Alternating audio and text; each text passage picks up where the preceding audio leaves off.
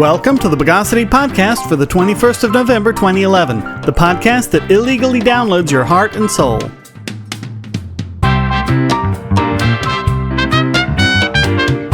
This is your host, Shane Killian. Let's pants the news of the bogus. How many times have we seen well-intended legislation turned into its complete opposite, with a privileged group ending up with benefits and abilities prohibited to others? Case in point, Michigan's anti-bullying legislation designed to combat the problem of bullying in schools. It's called Matt's Safe School Law, after Matt Epling, an 8th grade student assaulted by upperclassmen.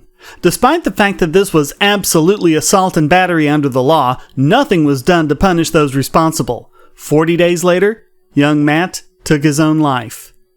It was an emotional time for the people of Michigan, and this new law was supposed to honor his memory by making bullying a stronger offense. The problem is the politicians put in language which says that students and even teachers and administrators can get away with bullying as long as it is based on, quote, a sincerely held religious belief or moral conviction. Yes, under this law, religious fundamentalists can bully gays and other groups they hate and get away with it scot-free. Listen to remarks made by State Senator Gretchen Whitmer. At least 10 Michigan children in the past decade whose deaths are directly attributable to bullying. But had this bill that you're going to pass today been law in effect while they were alive, how many of their deaths would have been prevented? 0. You may be able to pat yourself on the back today and say that you did something, but instead you've set us back farther, creating a blueprint for bullying. In fact, not only does this not protect kids who are bullied, it further endangers them by legitimizing excuses for tormenting a student. And after the way that you've gutted it, it wouldn't have done a damn thing to save Matt. The bill passed 26-11. The bullying problem has only been escalating over time, but that's not the only issue here. Once again, we see politicians putting in religious exceptions in flagrant violation of the First Amendment. The First Amendment says that you can't have different rules for people based on their religious beliefs. It's actions that matter, and if an action is prohibited by someone without a particular religious belief, then it's prohibited by someone with that belief too. Some people may say that Senator Whitmer was overreacting. I say she didn't go far enough. She should have called out every single one of those senators who supported this bill as the tyrannical theocrats they are. So far, it's only passed the Michigan Senate. It hasn't made it to the House yet. Here's hoping this bill dies the death that it deserves. But be aware, there are plenty of politicians all over the country wanting to do the same thing, whether to school children or to adults. And we must always be forever vigilant.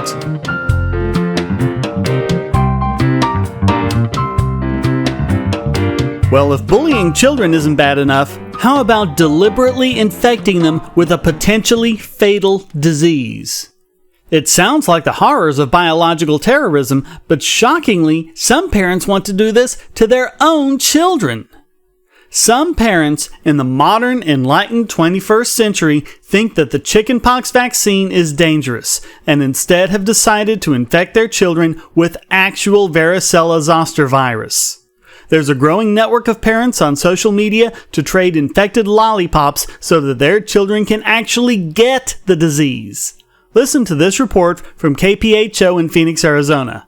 It's called Find a Pox Party in Your Area, geared mainly toward sharing chickenpox virus among families who don't believe in vaccinating their children. So let me get this straight.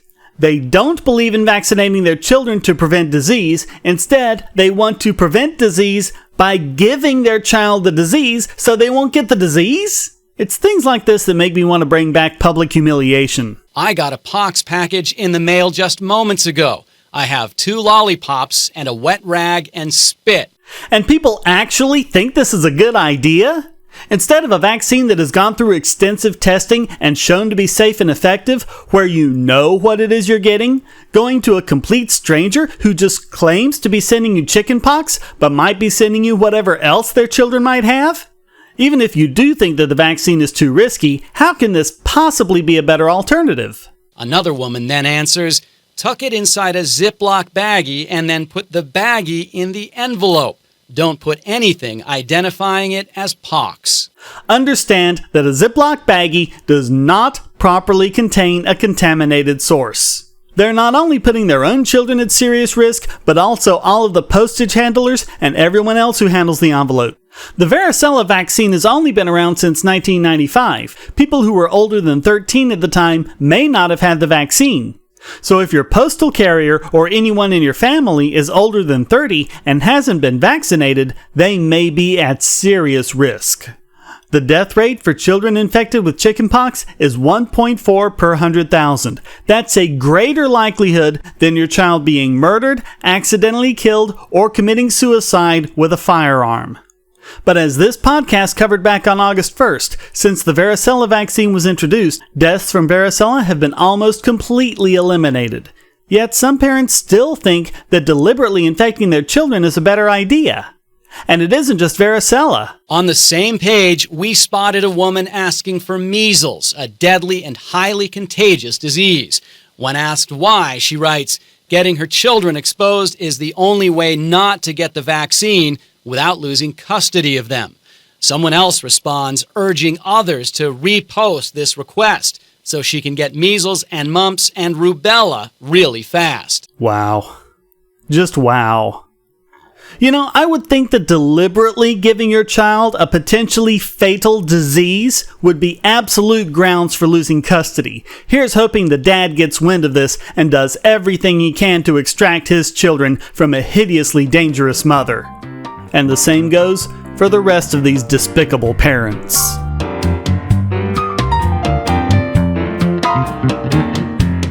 Well, while we're worrying about bullying and deliberate infections, the FDA has taken action against what it says is an illegal drug. And this is a drug that may be in your very home, consumed by your own children. This potentially dangerous drug isn't pot or coke or heroin. It isn't uppers or acid or angel dust. It's walnuts. Yes, walnuts. Diamond Foods is a company that sells walnuts, and they list the known health benefits on the package. These include the benefits of the omega-3 fatty acids, which are known to reduce heart disease. Other studies show benefits of walnuts, including one in the New England Journal of Medicine showing significant reduction in LDL cholesterol, as well as other studies showing improvements in endothelial function published in the Journal of the American College of Cardiology and the American Heart Association journal Circulation. I could go on all day. So understandably, those who want to sell this healthy product want their customers to know the benefits of it. Unfortunately, we have an FDA which, instead of wanting to protect us and let us know the truth, is more concerned with their own power and bureaucracy. In a letter to Diamond Foods, the FDA said that their product, walnuts, is an illegal drug because, quote, "These products are intended for use in the prevention, mitigation, and treatment of disease," and, quote, "are not generally recognized as safe and effective. Therefore, they may not be legally marketed with the above claims in the United States without an approved new drug application." Folks, this is not what the FDA was created to do. You can sell all the walnuts you want as long as you don't tell people about the numerous studies showing their health benefits.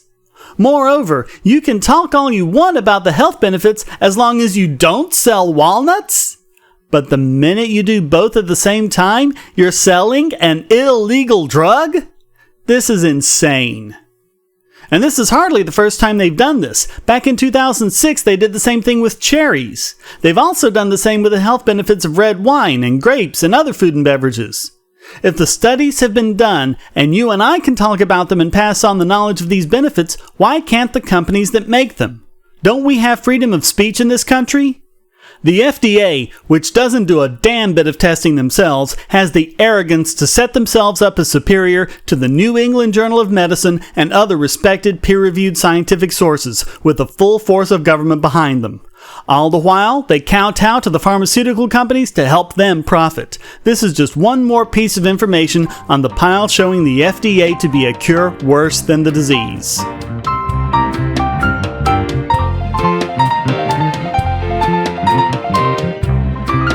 Last month, the House of Representatives introduced the Stop Online Piracy Act, or SOPA.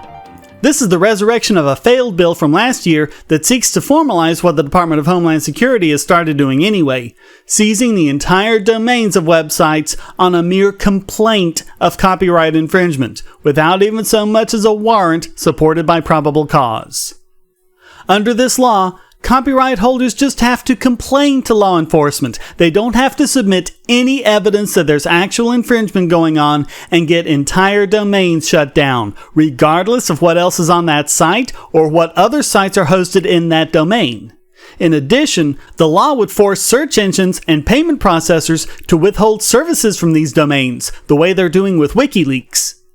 Fortunately, lots of big, respectable tech companies are speaking out against this draconian measure. These include Google, Facebook, eBay, Yahoo, and AOL. Wait, AOL's still around? Who knew? They've all sent a joint letter to House and Senate lawmakers. In it, they stated, quote, "The bills as drafted would expose law-abiding U.S. internet and technology companies to new uncertain liabilities, private rights of action, and technology mandates that would require monitoring of websites. We are concerned that these measures pose a serious risk to our industry's continued track record of innovation and job creation, as well as to our nation's cybersecurity. We cannot support these bills as written." They expressed concern that the action would virtually eliminate the safe harbor protection these companies have under the DMCA, but moreover, as this podcast reported last month, this action would be largely ineffective since the technology exists to get around these domain blocks. In addition to these tech companies, Anna Yeshua, Ron Paul, and 8 other members of Congress sent their own joint letter to Judiciary Committee members. Quote, "If enacted as currently written, this legislation would cause substantial harm to the innovation and economic opportunities created by the Internet.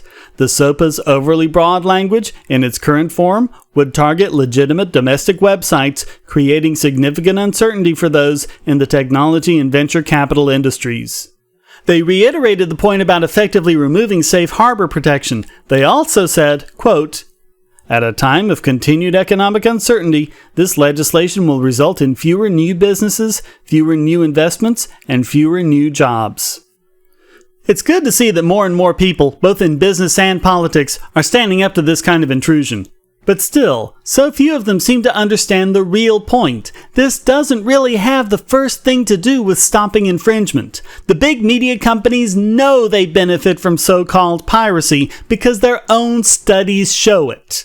No, this has to do with shutting down smaller competition and always has. This isn't about all the illegal torrents on the Pirate Bay, it's about the 80% of torrents on that site that are perfectly legal.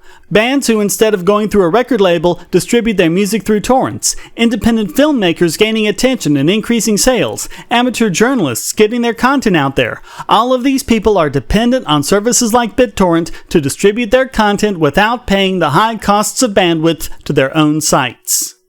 We've seen the damage the DMCA has caused to so many people. YouTube videos being taken down, and even entire channels banned, because someone wants to manipulate the laws to shut down competition or dissent. Being able to shut down entire domains will compound the problem even further, and still not stop the pirates at all.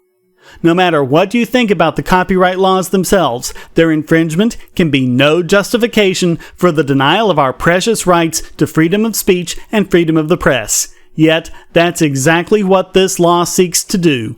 Also, a bunch of big corporations can legislate their outdated 20th century business model back into profitability.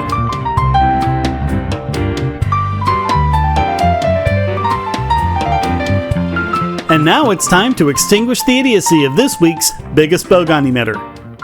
Even today, after all the scientific evidence showing otherwise, there still persists the anti-vaccination forces who insist that vaccines cause autism. Earlier we heard about parents who were deliberately trying to get their kids infected with diseases instead of just vaccinating them. In previous podcasts, we've heard all sorts of claims about this vaccine or that causing autism, and how these fears of the vaccines are causing some of these diseases to make a comeback. Here's another story to add onto the pile. According to a study published in the Journal of the American Medical Association, autism has a prenatal cause, and even though the symptoms of it may not show up until age 3 or so, all vaccines just happen far too late for them to be the cause. Autism has been linked to deficiencies in the prefrontal cortex. This is the part of the brain responsible for social and communicative development. This study shows that autistics have 67% more brain cells in this area than others, which prevents the brain from properly wiring up that section. Yet, only the hippocampus and the olfactory bulb continue to generate neurons after birth. This study is consistent with previous findings that showed an alteration of the prefrontal cortex, including functional MRI analyses that show this region to be functioning abnormally during communication or social tasks. However, it's completely inconsistent with the claims of the anti-vaccination forces, because even if there are these dangerous toxins in vaccines that cause brain damage, and there aren't, it would result in a reduction of the number of brain cells, not a surplus. But my prediction is, this won't stop the anti-vaxxers or slow them down in any way. Despite their rhetoric to the contrary, they don't care about the truth or doing research, which also puts lie to their claim to care about children. Which is why this week probably won't be the last time that they'll be named biggest Bogon emitter.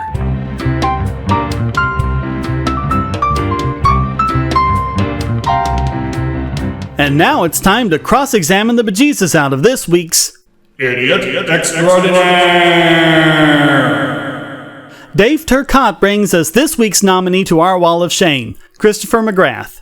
McGrath wrote and self-published the book, The Attempted Murder of God, Hidden Science You Really Need to Know. But when Vaughn Jones wrote a negative review debunking many of the claims of the book, McGrath decided to sue for libel. And in the UK, as we've discussed in this podcast before, truth is not a defense to libel and slander in the UK.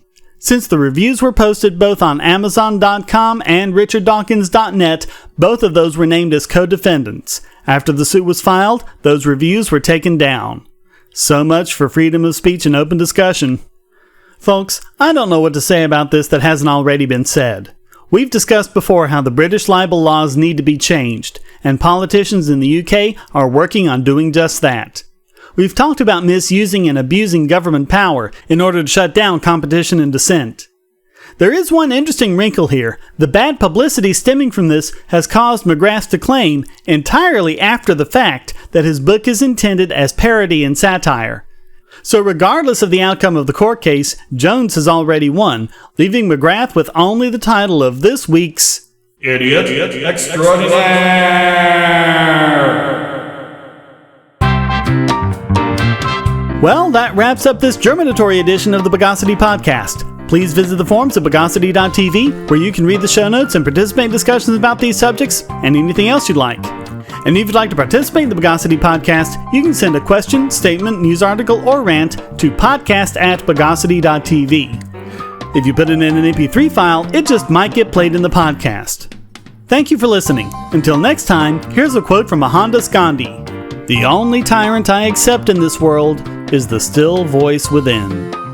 The Bogosity podcast is licensed under Creative Commons Attribution Non-Commercial No Derivative 3.0 Unported license.